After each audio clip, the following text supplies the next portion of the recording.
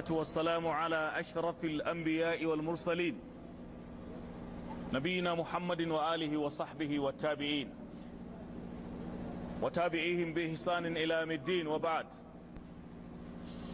السلام عليكم ورحمة الله وبركاته. yau rana ce ta ɗaya ga watan Ramadan, ranar Laraba, shekara 1434 bayan hijirar annabi Muhammad sallallahu alaihi wa alihi wa sallam, kuma goma yau daidai ga watan Yuli ko kuma Julai 2013. Allah cikin ikonsa yau muka tashi da azumi. Na tsammanin mafiya yawan mu a Najeriya yau aka tashi da azumi.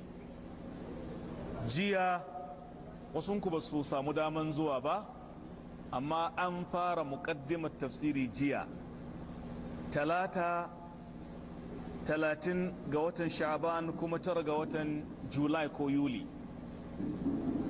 An yi muƙaddima kuma ɗan uwa mai gwagwarmayar ɗaukan wannan abun zuwa gidan rediyo Lawal Algarba ya gaya min jama'a ta haɗu, amma sai aka ce wai an ce malam ba zai zo ba. Ba haka bane, kuskure ne. Allah da ikonsa kuma mun zo an fara muƙaddima shimfiɗa. Har wasu 'yan uwa ke cewa malam tafsiri da muka ji a gidan rediyo da safe ai na bara ne. Ce kwarai da gaske, dalili Allah bai kaddara dan uwa mai dauka ya dauki shimfidar da aka yi jiya ba. To haka Allah ta'ala ya so, wa ma tasha'una illa in sha Allah. Da aka muqaddima ko shimfidan da aka yi jiya da yaddan Allah za a ji kamar yadda aka yi shimfidar a tafsirin turanci dazun. Wannan shimfidar zan koma kan wani bangare ne in ƙara shimfidar kafin mu je ga sabuwar sura, domin bara idan ba ku manta ba mun karkare wace sura ne? Suratu Yasin, sura mai lamba 36. yau za mu fada sura mai lamba 37, suratu Safati ko suratul Yaqatin. To kafin nan, jiya dai a shimfiɗa na yi magana ne kan yani gajimare da ya mamaye sararin samaniyar Najeriya mafi yawan wurare a ranar Litinin, wanda haka din yasa ba a samu damar ganin wata ba, da haka muka tilastu izuwa ga karkarar lissafi har sai da ya kai ga 30, wanda wannan kuma aiki ne da hadisi tabbatacce wanda ke cikin Bukhari da Muslim, hadisai guda biyu, ɗaya na Ibn Umar, ɗaya na Abu Huraira. Na bayani jijje a kansu cewa idan kuka gajimare to shikenan ku yi lissafin kwana 30 kenan. Waɗanda muka tashi da azumi yau, insha Allah mun fi kusa da daidai da sunna, daidai da daidai, dan yanda yanayi ya nuna babu yanda zaka ce kaga wata a ranar Litinin, inda gaskiya ake so abi. Mu yankin arewa ma da ba ma samun ruwa da yawa, an yi ta maka ruwa, ballantana kudu. A daidai Litinin din nan kusan duk inda na samu waya daga Enugu, Fatakwal, Lagos, cewa suke malam ruwa ake, ma'ana kamar marka-marka. Haka amma arewa, Kano ruwa ake, Zaria ruwa ake, wurare da yawa. Daidai lokacin da ya kamata a ga ainihin watan magariba ne, ina nakan ce da mai tambaya ka ga tauraro a sararin samaniya garinku, sai ce a'a. To kenan zahirin nassi shine fa in humma alaikum fa akmilu iddata sha'ban mai 30. Nassi wanda la gubara alai, babu qura akan shi, tare da cewa in mutum yace ya gani ya je shi kadai ya aiki da ganin sa misali, amma ga zahirin nassi dadin dadawa waɗanda auliyaul umur ne ba su sanar da maganin wata ba a lokacin. Ashe kenan al'umma mu haɗu mu haƙura mu dunkule mu cure, shi yafi ka zamanto dalilin fitina da farraka kan al'umma. Allah ka tsare muka kare mu. Wannan bayani ya riga gabata. Na biyu, muqaddima kan ainin tafsiri. Menene tafsiri? Tafsiri a takeice a harshe na nufin mai fayyacewa.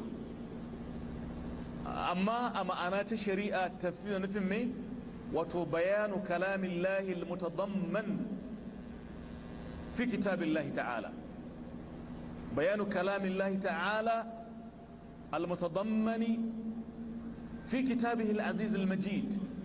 in ka dauki wannan ta'arifin yayi bayani daki filla filla kan abinda Allah ya saukar a cikin littafinsa. wannan shine tafsiri. idan ka sauƙaƙe makanka wato dogon bayani a takaice mulakhas din ma'anar tafsiri kenan, a takaice fayyace da bayanin me Allah ke nufi a littafinsa.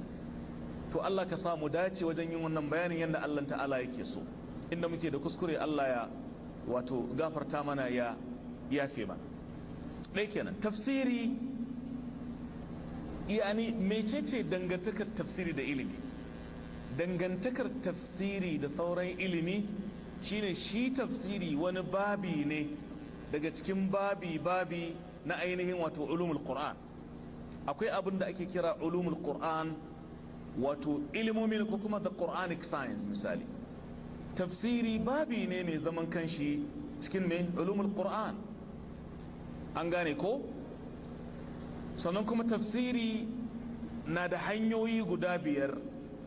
ko dai qur'ani ya fassara qur'ani, shi suke kira tafsirul qur'ani bil qur'an. shi kuma haka su gida 2. akwai tafsirul qur'ani lil qur'an, an gane tafsirin qur'ani dan qur'ani, shi qur'ani ya fassara kanshi da kanshi. shi kuma haka su gida 2 duk da haka, an gane.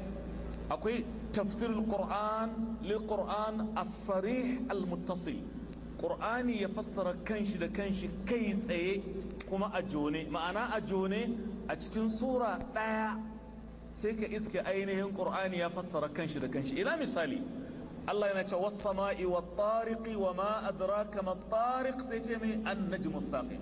wannan ba sura ɗaya bane? a cikin sura ɗaya ne Allah ya ce menene at-tariq, sai ce an-najmu ath-thaqib.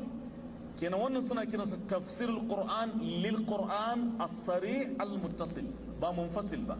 wannan ɗayan hanyoyi guda 5 kenan inda tafsiri ke zuwa ga al'umma. qur'ani ya fassara kanshi da kanshi, na'am, kuma a cikin sura guda. kuma na biyu qur'ani ya fassara kanshi da kanshi amma ba a cikin sura guda. wannan suna kiransa al-qur'an lil qur'an, an gane as-sari' amma al-munfasil.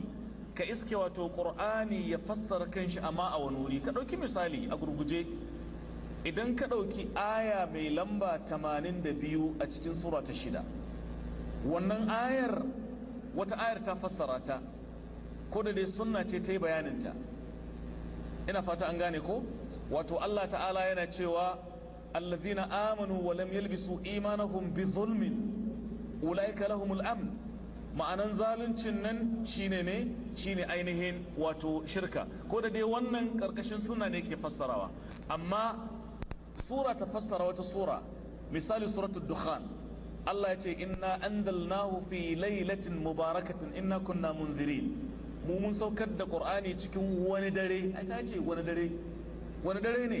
sai ce inna anzalnahu fi lailatul qadr. okay, ashe lailatul qadr shine wannan dare mai albarka kenan. kaga nan qur'ani ne ya fassara kanshi da kanshi, amma wannan a wata sura, wancan a wata. shine as-sari al-munfasil ba muttasil ba, amma duk karkashin mai fassara qur'ani da qur'ani ne.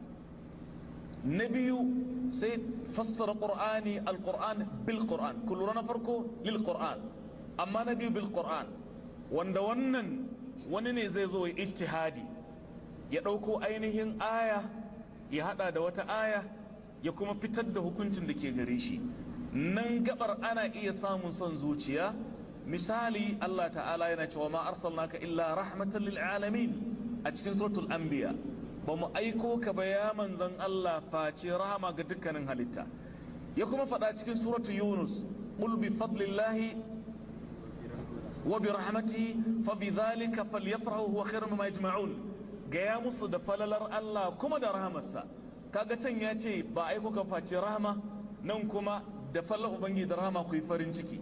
nan sai wani ce da kai ai farin cikin nan da qur'ani ke nufi a fahimta ta ina fassara qur'ani da qur'ani ne ana nufin haihuwar manzon Allah babu falala irin wannan, babu rahama irin wannan, babu wanda zai inkarin wannan.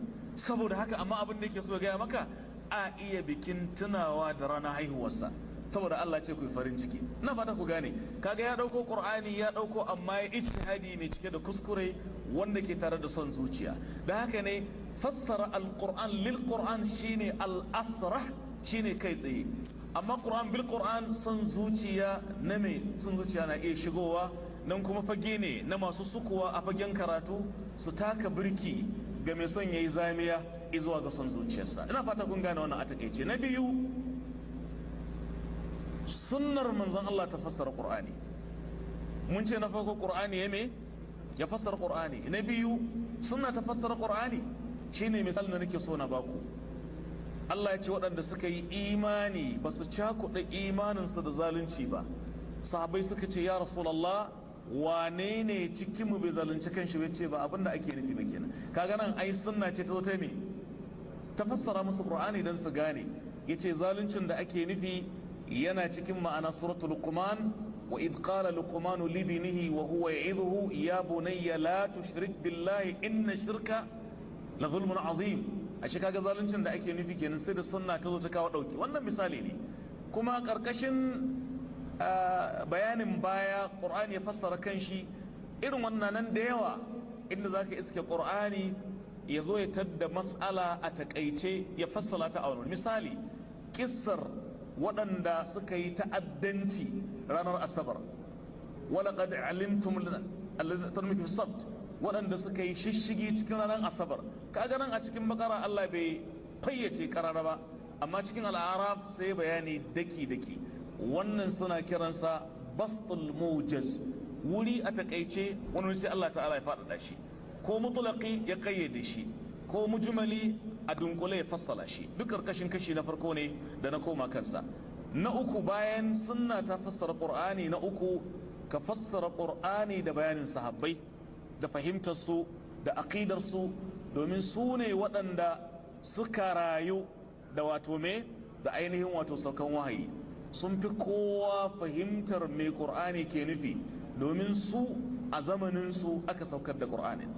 Da haka ne Allah ta'ala yake cewa a cikin sura mai lamba 4 aya 115 suratu an-nisa kenan, yana cewa me wa man yushaqiqir rasula min ba'di ma tabayyana lahu al-huda wa yattabi ghayra sabilil mu'minin nuwallihi ma tawalla wa nuslihi jahannama wa sa'at masira. Muhallu shahid wa yattabi ghayra sabilil mu'minin, idan mutun ya bi hanyar da ba ita mu'mine ke kai ba. To kaga mu'minan da ake nufi ai sahabbai ne, domin kafin allazina amanu a yau mu ji da mu ake, sai da allazina amanun jiya suka ji da su ake yi. Kenan sahabbai suke da sadara, suke da matsayi, Allah ya kara musu yadda. Kenan fassara qur'ani da qur'ani kun ji tafasil gurgudan hali, da kuma fassara qur'ani da sunna. Na uku, fassara qur'ani da me maganar sahabbai, sannan kuma fassara qur'ani da bayanin tabi'ai. Tabi'ai su ne waɗanda ba su ga manzon Allah ba, ko kace ba su rayu da shi ba sallallahu alaihi wa alihi wasallam, amma sun rayu da waɗanda suka rayu da manzon Allah. Su ne suwa tabi'ai, suna da babban matsayi, suna da falala, suna da daraja, har da yawa ana yin rige-rige a je a yi karatu a wurinsu. Ku ɗauki misali al-Imam al-Auza'i, limamin mutanen Sham, wanda ya rasu a shekara ta 157. Imam al-Auza'i alaihi rahmatullah yake cewa na taso ni maraya ne, ban ga mahaifina ba. Wata rana fito ina wasa da sauran yara, ina maraya, sai wani babban malami ya ce, yaro wane ne babanka? Na ba shi kissar waye mahaifina, sai tausayi na ya kama shi, ya ɗauke ni ya rungume ni, ya rene ni a gidan shi har na kai shekarun balaga, na fara ɗanɗanan zaƙin ilimi da ibada da taƙawa da abin da ya kama da haka. Ya ɗauke ni ya kai ni Yamama, shi ne Yahya ibn Abi Kathir, ɗaya daga cikin manyan malaman duniya. Sai wani ce, wallahi malamin nan yana sha'awar ka ya al-Auza'i saboda iliminka da tawagga shi, kana yaro ɗan ƙarami. Ya ce da na girma, sai ce da ni maza ya al-Auza'i ka bar Yamama, maza ka je Iraq ka je ainihin wato basra ka je ka yi karatu gun al'imamul hassanul basari da kuma muhammadu ibn sirin. Waɗannan manyan malaman tabi'ai ne guda biyu. Shi ibn sirin shi ne wanda a muqaddimar sahih muslim yake cewa al-isnadu min ad-din walaula al-isnad laqala man sha'a ma sha. Isnadi bangaren addini ne, ba dan isnadi ba da kowane irin mutum sai faɗa abin da yake so. Al-imam al-auza'i ya garza ya kama hanya ya tafi basra daga yamama ya tafi karatu, yana sauka basra a daidai ranar al-imam al-hasan al-basri ya rasu. Kaga yayi gudu yayi gogoromaya yaje karatu gun tabi'ai amma bai samu ganin sa ba. Da haka wani mawallafi ya tara littafi yake bayani akan waɗanda suka je neman karatu gun malamai suna sauka a garin a ranar kuma ake ba su labarin mutuwar malaman. Sun sha wahala, sun ci kwakwa, sun yi gwagwarmaya, na'am sun tafi. Hikimar shigo da wannan saboda na ce da ku ana fassara Qur'ani ta hanya biyar, Qur'ani da sunna, Qur'ani da maganar sa, Qur'ani da maganar tabi'ai karkashin gabar tabi'ai kenan. Muhammad ibn Sirin da yaje wurin sa shi ma bayan Al-Basri ya rasu sai ta da shi yana fama da ciwon ciki. Yace to bari in bari malam in ya samu sauki, karshen saukin shi ma sai ya rasu.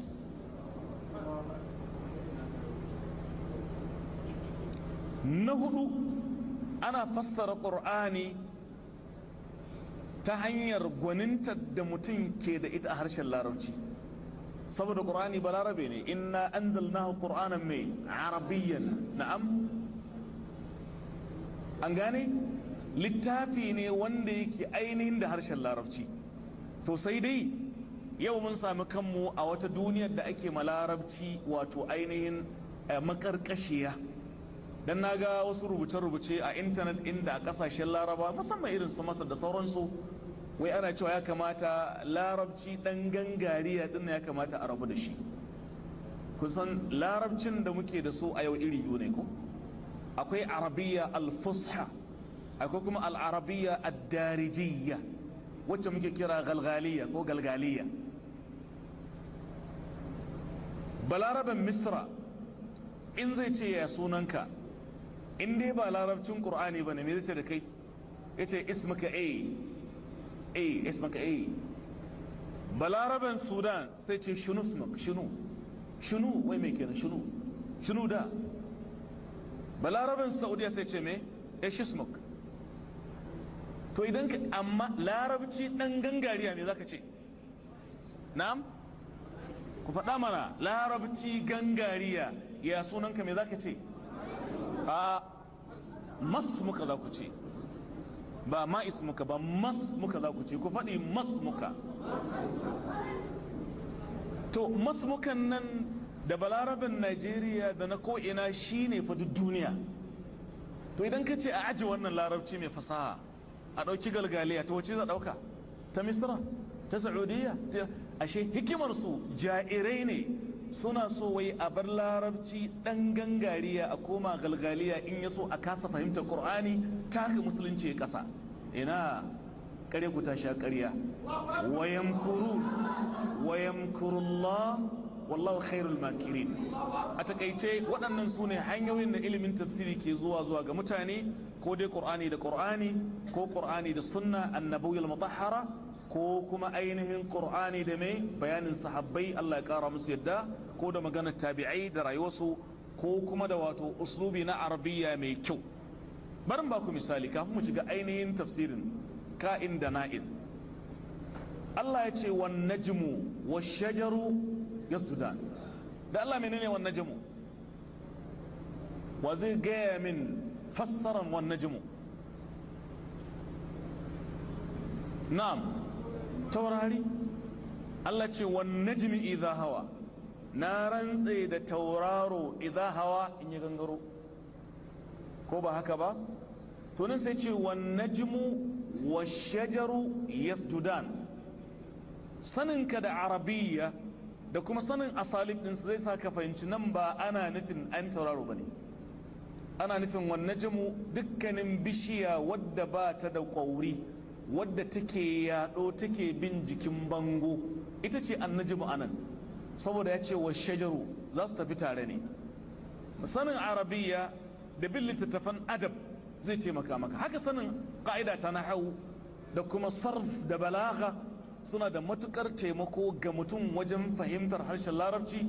To ita ma masdari ce arabiya wajen wato fassara Qur'ani. Wannan suna hanyoyi guda 5 da na so dama in faɗi kafin mu je ga shiga cikin tafsirin, wanda kamar da muka ji za mu fada cikin suratu wato ayatin wasafat na ɗaya kenan. Na biyu kafin mu je, jiya a cikin jawabin bude tafsiri na ba ku tambayoyi guda nawa waɗanda suka zo. Na ba da tambaya nawa? Na ba da tambayoyi guda 3. na ce menene hukuncin alwalar mutumin da ya yi alwala domin ya sallaci gawa. Ya yi alwala don sallar gawa ne, gawan nan za a sallace ta misali karfe 11:30 na rana ne alal misali, gawar ba a kawo ta ba sai karfe 3. kaga azar ta gitta ko? zai yi sallah da wannan alwalar da ya yi ta don sallar gawa? Na ba ku wannan tambayar, na ce kuma aje a nemo ansa ɗaya kenan. Na kuma tambaye ku menene hukuncin aske kan yarinya jaririya mace in aka haife ta yanda za a aske gashin kan ɗa namiji. Na yi wannan tambayar. Tambaya ta 3 hukuncin kiran sallah a kunnin yaro. duk ne wannan tambayar ko? To amsoshin zan jinkirta su sai ƙarshen tafsirin, in aka zo tambaya da amsa da yardan Allah aji amsar. Muna da tsari biyu, in mun ga dama wani lokaci mu amsa tambayoyi a farkon karatu, in mun so mu jinkirta sai ƙarshe. Almuhim ne wannan tambayoyin ko da yawancin ku ba ku anan, saboda ka zan muku uzuri, amma da na jefa tambayar ku fara zabari da farautar amsa a ƙarshen tafsiri. Allah ya samu dace. Saboda haka yanzu za mu shiga sabo sura, malam karanto mana, Allah ya mana muwafaqa ya samu dace. أعوذ بالله من الشيطان الرجيم. بسم الله الرحمن الرحيم. والصافات صفا فالزاجرات زجرا فالتاليات ذكرا إن إلهكم لواحد. الله تبارك وتعالى ya bude wannan sura da rantsarantse da abubuwa ga su kamar guda 3. sunanta dai suratu safati. suratu me? as-safati. Allah ce wa safati saffa fazzajirati zajra fattaliyati me? zikra. wannan ita ce rantsuwar. wal muqsam alai, wanda aka yi rantsuwar da shi ko kuma wato kace jawabin rantsuwar shine inna ilahakum lawahid. Allah ya ce was-saffati saffa, ina rantsuwa da as-saffati, mala'iku masu sahu sahu shine as-saffati. wato wannan haka yani al-a'mash da ainihin wasu da kuma Abdullahi ibn suka fassara. Abdullahi dan Mas'ud suka ce was-saffati saffa hiya al-mala'ika. Allah na rantsuwa da mala'iku masu sahu sahu sahu. Ina fata an gane ko? Wato sahu suke yi. Shi yasa Imam Muslim ya fitar da hadithin Huzaifa, yace manzon Allah annabi Muhammad sallallahu alaihi wa alihi wa sallam ya ce, mu musulmi an fifita mu da abubuwa guda 3 akan sauran mutane. Farko dai Allah ya sanya sahunmu wajen sallah kamar na mala'iku ne, ma'ana ju'ila sufufuna ka sufufil mala'ika. an sanya sahunmu wajen sallah irin sahun mala'iku ne. kaga daga wannan fuskar ne aka ɗauko fassarar wasafati saffa. ashe Allah tabaraka wa ta'ala yana son ainihin sahu yayi kyau in aka zo sallah. kuma ya sake tabbata a cikin sahihu Muslim da kuma sunan Tirmidhi da sunan Nisa'i da kuma sunan Ibn Majah, manzon Allah yana cewa sallallahu alaihi wasallam, ala tasuffuna kama tasuffu al-mala'ika 'inda rabbihim, ba za ku gyara sahunku ba yanda mala'iku ke gyara sahu wajen sallah? duk dai karkashin fassara wasafati saffa, ba za ku dinga yin sahu tsaf daidai ba yanda mala'iku ke yin sahu gaba ga ubangijinsu? Ya kamata ku yi haka. saboda haka wato kenan wasafati saffa ana nufin mala'iku ne waɗanda suke yin sahu. sannan kuma na biyu ce me fazzajarati zajara, haka kuma azzajarati wasu suka ce ana nufin mala'iku ne waɗanda suke yin tsawa ga giragizai idan wato hadari ya tinkaro. to kowane hadari gwargwadon ƙwayar ruwa da ke tattare a ciki akwai mala'ika da aka ɗora matsanin sa'ido a kansa, yakan tsawaci wannan ruwan ga inda aka ce kaje. wannan mazhaba ta farko kenan. mazhaba ta biyu in ji ar-rabi' ibn anas Allah ya rahmshi yana cewa fazzajaratu zajra ma zajara Allah anhu fil Qur'an, ana nufin duk abinda Allah ta'ala ya tsawatar da mutane kar ku yi a Qur'ani shine az-zajrat. kenan in ku har haka ne adadin ayoyi da ke yin az-zajar a Qur'ani suna da yawa. hani ga barin sata, hani ga barin shirka, hani ga barin wulakanta iyaye, hani ga barin cin riba, hani ga barin zina da sauransu. misali duk waɗannan ayoyin ta su ne fazzajirati, masu gargaɗi, masu hana mutane fadawa kan abin da Allah ta'ala ya hana. wannan riwayar an same ta daga ar-rabi' ibn anas, haka kuma imam Mali ya rawaito daga zaid ibn aslam. sai kuma me fattaliyati me zikra, sannan kuma fattaliyati zikra waɗanda ainihin suke karanta ainihin wato ambato na ubangiji, abinda Allah ta'ala ya saukar ya zamanto suna karantawa, shine fattaliyati zikra. misali Allah ta'ala yana cewa falmulqiyati zikran udhran aw nudhra cikin al-mursalat aya ta 2 zuwa ta 6. kaga fattaliyati zikra da falmulqiyati zikra duma na ɗaya ne.